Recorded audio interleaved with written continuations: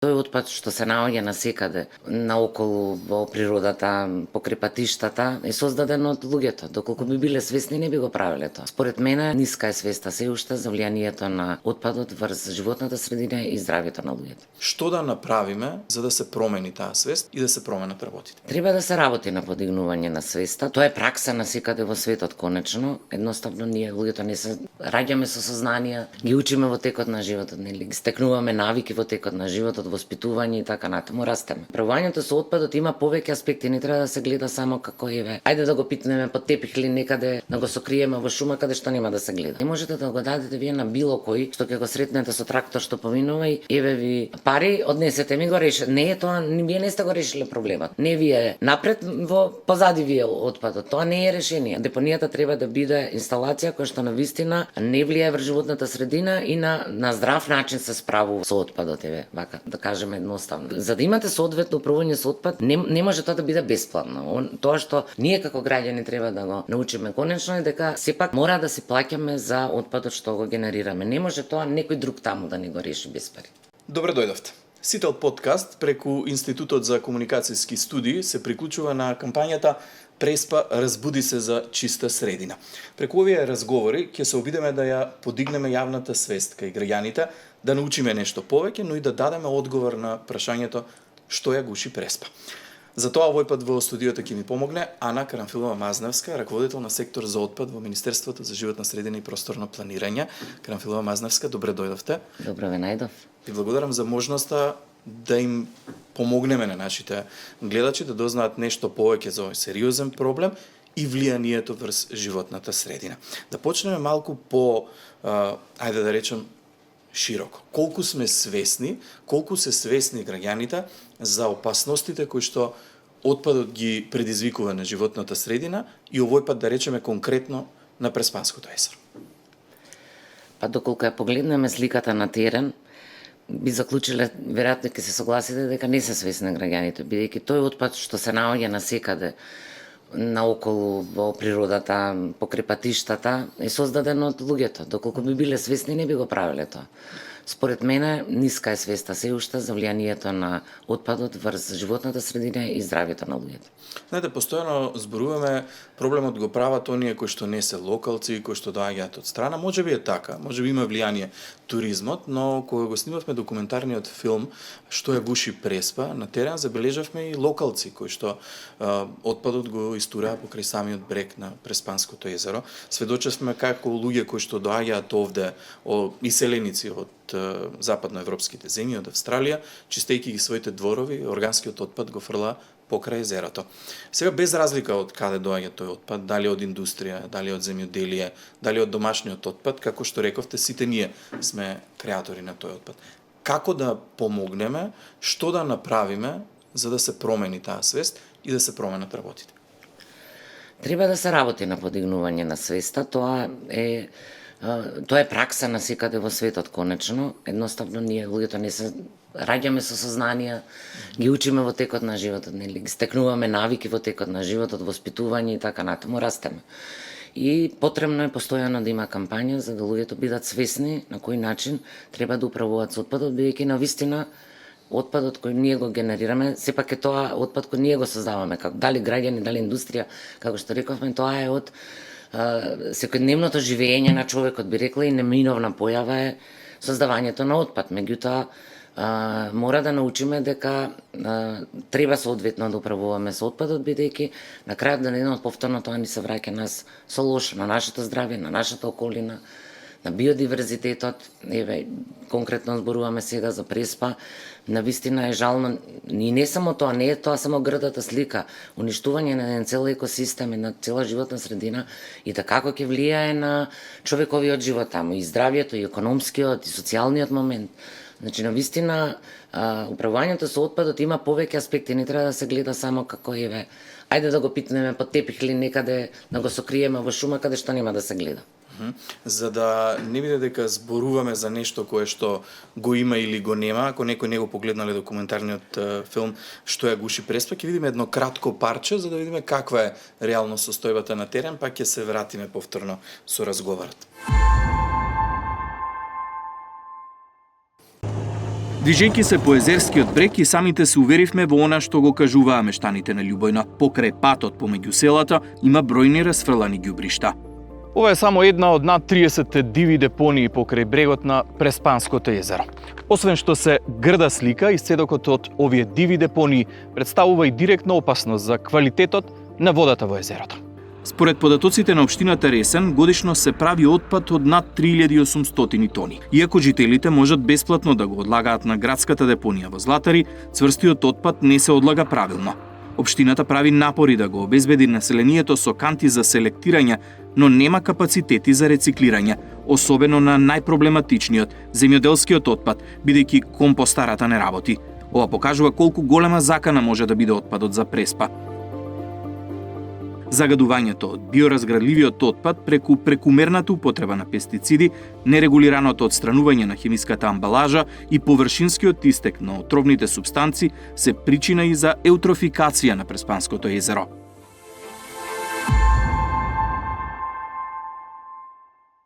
На што се должи оваа слика? Повторно на ниската свест, од една страна, меѓутоа од друга страна би рекла и нефункционирање на системот во смисла на казни. Знаете, законот предпознава права и обврски. Ние како граѓани имаме права, меѓутоа првенствено треба да сметаме и на нашите обврски кои ги имаме. Не смееме да го отстрануваме отпадот, треба да побараме. Ако не знаеме, можеме да прашаме. Имаме локалните самоуправи се одговорни за управувањето со отпадот. Сметам дека е навистина нема никакво оправдување за ова што се случува. Веројатно не е тешко да се јавите на телефон или да поидете до општината и да прашате што да направам јас со отпадот од Шут, еве реновирав викендица и каде да го однесам, каде да го оставам. Во тие разговори таму кои што ги не е правевме, решение ова секако. кои што ги правевме на терен, жителите сведочат дека оние кои што купуваат куќи за да ги реновираат, плаќаат по 100 евра за да го исфрлат шутот од своите дворови, а тој шутот платен од 100 евра завршува покрај езерото. Повторно ќе кажам, треба да се обратат до институциите. Институциите се тие кои што знаат што треба да направат. Не можете да го дадете вие на било кој што ќе го сретнете со трактор што поминува и еве ви пари, однесете ми го реши. Не е тоа, вие не сте го решиле проблемот. Не вие напред, во позади вие отпадот. Тоа не е решение. Затоа постојат лиценцирани компании кои што се занимаваат со тоа. Министерството за животна средина е регулаторот. Ние издаваме секојдневно такви дозволи на компании кои што ги исполнуваат условите, значи може да вршат таа дејност за собирање и транспортирање конкретно на отпадот, а понатаму имаме и за соодветен транспорт, рециклирање или преработка и така натаму. Значи не можете вие на било кому да го дадете вашиот отпад и со тоа да сметате дека сте го решиле проблемот. Ајде да ја направиме таа разлика. Што значи ако еве некого сретнете со трактор и му дадете 100 евра за да го исфрли вашиот отпад и ако се јавите на компанија? Во едната ситуација не знаете каде ќе заврши вашето ѓубре, во другата ситуација знаете точно каде ќе заврши тој ѓубре. Како оди тој ланец? Така е, тие компании што се лиценцирани при преземањето на отпадот ви даваат и документ. И тој документ, транспортен формулар, си патува заедно со отпадот до крајната дестинација. На крајната дестинација, тој што го прима, ако е депонијата каде што се одлага отпадот или е можеби инсталација за рециклирање или преработка, удира печат на крајот на документот дека навистина тие килограми што се запишани, тон или независно, тој вид на отпад завршил во таа локација. И на тој начин и се контролира отпадот. И тоа е пракса која што функционира. Меѓутоа, граѓаните ретко, како домаќинства зборува, можеби правните лица се повеќе и повеќе се придржуваат кон законот, но сепак ми нагласила дека проблемот е кај граѓаните, кај домаќинства. Веројатно правните лица, фирмите поради казните се посвесни за она што може да им се случи. Гледаме дека е сериозен проблем. Во Преспа, според информациите од општината, повеќе од 30 вакви диви депонии има покрај езерото. На кој начин може државата да помогне или што прави државата за справување со овие диви депонии? Министерството за животна средина секоја година одвојува буџет за и така ни се вика за чистење на диви депонии. Иако морам да кажам дека ова не се депонии, дека терминот депонија се користи неправилно во овој случај, бидејќи ова се ѓубришта, така или сметилишта, можеби литературно би биле. Ова не е депонија, затоа што депонијата е еден регулиран објект, една инсталација која што не загадува, има контролирано одлагање со посебни технологии, значи тоа е депонија. Меѓутоа, кај граѓаните се усвои овој термин, поаѓајќи од сите оние нестандардни локации за отстранување на отпад, кои што ги имаме во сите наши општини. 54 се, нешто помалку се сега, бидејќи одреден број затворивме во источниот плански регион. Меѓутоа, се уште така останал како термин депонија, кој сметам дека полека треба да го надминеме за да немаме негативен постојано да ставаме депонијата во негативен контекст. Бидејќи тоа е депонијата треба да биде инсталација која што навистина не влијае врз животната средина и на здрав начин се справува со отпадот, вака да кажеме едноставно. Сето ова што го гледаме на страна се сметилишта или ѓубришта, се одвојуваат средства, меѓутоа тие повторно се јавуваат. Државата исто така, претпоставувам некои знаат, некои не, долго години веќе зборуваме дека имаме кредит од Европска банка за обнова и развој. Со овој заем или со овој кредит ние ќе обезбедиме нова опрема за општините, канти, контейнери за примарна селекција ќе има, значи на сува и мокра фракција, ќе се обезбедат посебни возила, ќе се изградат претоварни станици, ќе се изгради една регионална стандардна депонија која навистина ќе ги задоволува сите критериуми за заштита на животната средина и здравјето. Тоа е она што се прави. Морам да кажам дека процесот е навистина можеби спор и граѓаните едноставно немаат трпение, тоа не може да се случи преку ноќ, зашто паралелно се одвиваат многу процеси. И имате и набавки, имате и подготовка на планска документација, па тендерска документација, па подигнување на свеста. И тоа се процеси кои што одат паралелно и долго траат, меѓутоа сметам дека сме на добар пат, дека сме пред крајот на завршување на набавката, например, на возил, каде што спаѓа и општина Ресен, каде што припаѓа нели и Преспа. Така да, она што ни останува е работа со граѓаните, односно со подигнување на свеста кај граѓаните. Да, ќе има 5 регионални депонии низ државата. Ако не грешам, отпадот од Преспа ви се носел до регионалната депонија во Битола. Каква е Новаци. Во Новаци. Општина Новаци. Каква е временската рамка? Какви се плановите овде за реализација на тој проект? Во моментов конкретно за регионалната депонија се подготвува техничка документација, значи треба да се подготви еден идеен проект и тендерска документација за да може да се објави повик за избор на компанија која ќе ја гради. Значи во постапка сме на подготовка на документацијата, а како што споменав, потпишан е договор исто во рамките на овој заем. Договорот сега летово се потпиша крајот на јули со компанија која што ќе ги набави кантите и контейнерите. Имаме од 120 литри и од 1,1 метар кубен, два типа на канти, едните се за мокра фракција, каде што припаѓа повеќе нели органскиот отпад и некои остатоци, и за сува фракција, најчесто тоа е отпадот од пакување, или хартија која што се создава од домаќинствата, некои други уреди кои што понатаму ќе одат на секундарна селекција и ќе одат по компаниите кои што споменавме на почетокот имаат дозволи за рециклирање и преработка на одредени видови на отпад. Тие после фракции секој ќе се го најде патот во некоја од овие компании. Имате ли точна временска рамка кога очекувате ова да биде целосно функционално? Па да, до крајот на 27 година очекуваме дека ќе се односно ќе почне со работа. Сега веќе сме втора половина на 25-та, како што кажав, се подготвува тендерската документација, тоа се процеси кои траат. Да избереме компанија, градбата е предвидена за година и 6 месеци, така. Приликата некаде 27 година се очекува дека можеме да стартуваме со работа. Ова сигурно ќе биде од голема... Паралелно со изградба и на претоварните станици. Ова сигурно ќе биде од голема помош за справување со отпадот низ целата држава, не само во Преспа. И ова е начинот на кој што државата помага за решавање на проблемот, но интересно е на снимањето на документарниот филм научивме дека и природата сама себе си помага. Ќе видиме едно кратко парче, па ќе го искоментираме повторно.